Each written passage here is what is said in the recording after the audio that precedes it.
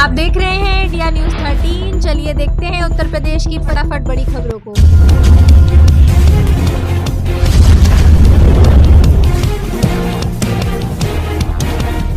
रामलला के दर्शन का नया रिकॉर्ड। जनवरी महीने के आखिरी दिन अयोध्या में श्रद्धालुओं का जनसैलाब उमड़ पड़ा है। रिकॉर्ड बताते हैं कि इस महीने लाखों लोगों ने रामलला के दर्शन किए हैं। इससे स्थानीय अर्थव्यवस्था को तो पंख लगे हैं, लेकिन भीड़ प्रबंधन अभी भी एक बड़ी चुनौती है। क्या प्रशासन आने वाले समय में वीआईपी कल्चर को कम करके आम आदमी के लिए दर्शन और सुलभ बना पाएगा? यूपी पुलिस की सोशल मीडिया पर नई गाइडलाइन। आज से यूपी पुलिस के जवानों के लिए सोशल मीडिया के इस्तेमाल पर नई पाबंदियां लागू हो रही हैं। अब पुलिसकर्मी वर्दी में रील नहीं बना सकेंगे और ना ही ड्यूटी के दौरान वीडियो साझा कर सकेंगे। विभाग का मानना है कि इससे पुलिस की छवि प्रभावित होती है, लेकिन क्या केवल रील रोकने से पुलिसिंग सुधर जाएगी या फिर पुलिस को जनता के प्रति अधिक संवेदनशील बनाने के लिए बुनियादी बदलाव की जरूरत है? गन्ने का बकाया भुगतान, चीनी मिलों पर दबाव। पश्चिमी यूपी के गन्ना किसानों के लिए आज एक महत्वपूर्ण दिन है। सरकार ने चीनी मिलों को अल्टीमेटम दिया है कि 15 दिनों के भीतर पिछला बकाया भुगतान करें। किसानों का कहना है कि ये केवल चुनावी स्टंट है, क्योंकि हर साल यही आश्वासन मिलता है। जब तक किसानों के हाथ में उनका पसीना बहने की कीमत नहीं आती, तब तक इन सरकारी दावों का कोई मोल नहीं। प्रयागराज माघ मेले में सुविधाओं की कमी पर आक्रोश। प्रयागराज में चल रहे माघ मेले में आज श्रद्धालुओं ने सुविधाओं की कमी को लेकर प्रदर्शन किया। संगम तट पर गंदगी और चेंजिंग रूम्स की कमी ने एक बड़ी समस्या उजागर की है। संगम तट पर गंदगी और चेंजिंग रूम्स की कमी एक बड़ी समस्या बनकर उभरी है। विपक्ष के नेताओं ने वहां पहुंचकर सरकार को घेरा है। करोड़ों के बजट वाले इस मेले में अगर आम श्रद्धालु को बुनियादी सुविधाएं भी न मिलें तो ये प्रशासन की विफलता ही कही जाएगी। भर्ती परीक्षाओं में नॉर्मलाइजेशन का विवाद। उत्तर प्रदेश की हालिया प्रतियोगी परीक्षाओं में नॉर्मलाइजेशन की प्रक्रिया को लेकर छात्र फिर से आंदोलित हैं।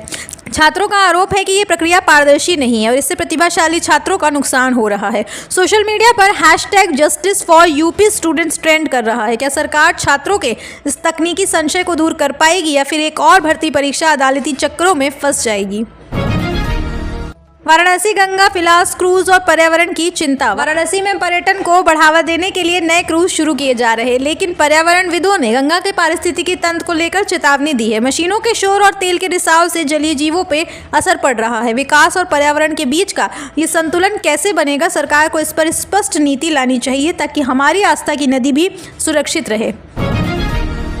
आगरा मेट्रो का विस्तार और व्यापारियों की नाराजगी। आगरा मेट्रो के अगले चरण के काम के लिए कई सड़कों को डाइवर्ट किया गया है, जिससे स्थानीय व्यापारियों का धंधा चौपट हो रहा है। व्यापारियों का कहना है कि उन्हें मुआवजे का आश्वासन तो मिला, लेकिन मिला कुछ नहीं। विकास की इस दौड़ में उन छोटे दुकानदारों की क्या गलती है जिनका घर उसी दुकान से चलता है? प्रशासन को इनकी शिकायतों पर भी गौर करना होगा।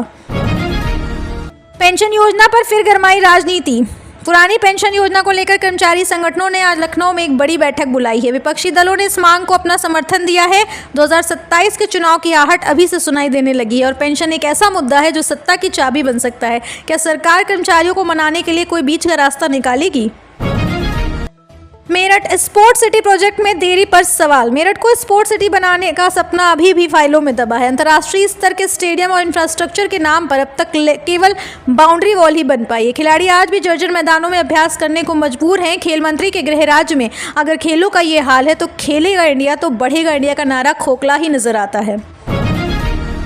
महिला सुरक्षा पिंक बूथों की सुस्ती। यूपी के कई शहरों में बनाए गए पिंक बूथ आज स्टाफ की कमी के कारण बंद पड़े हैं। महिलाओं की सुरक्षा के लिए शुरू की गई ये पहल धरातल पर बेदम नजर आ रही। केवल इमारतों को गुलाबी रंग देने से सुरक्षा नहीं आती, वहां पुलिस बल की मौजूदगी और सक्रियता जरूरी है। क्या सरकार इन बूथों को पुनर्जीवित करेगी या केवल एक और फ्लैगशिप योजना बनकर रह जाएगी?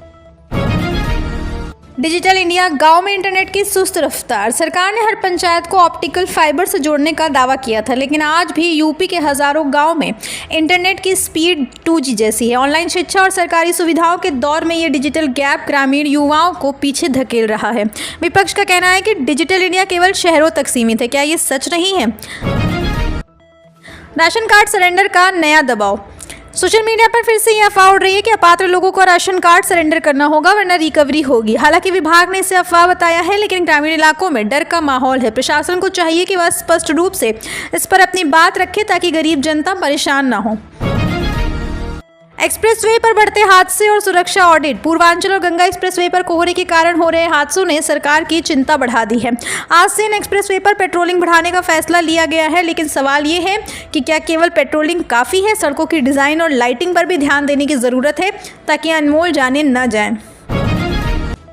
यूपी बोर्ड परीक्षाएं, नकल माफियाओं पर रासुका की तैयारी। फरवरी में होने वाली बोर्ड परीक्षाओं के लिए सरकार ने कमर कस ली है। नकल कराने वाले केंद्रों पर एनएसए लगाने की तैयारी है। ये सख्ती जरूरी है, लेकिन क्या हम शिक्षा के उस स्तर को सुधार पाए हैं जहां बच्चे बिना नकल के आत्मविश्वास के साथ परीक्षा दे सके? ये एक गहरा आत्ममंथन का विषय है।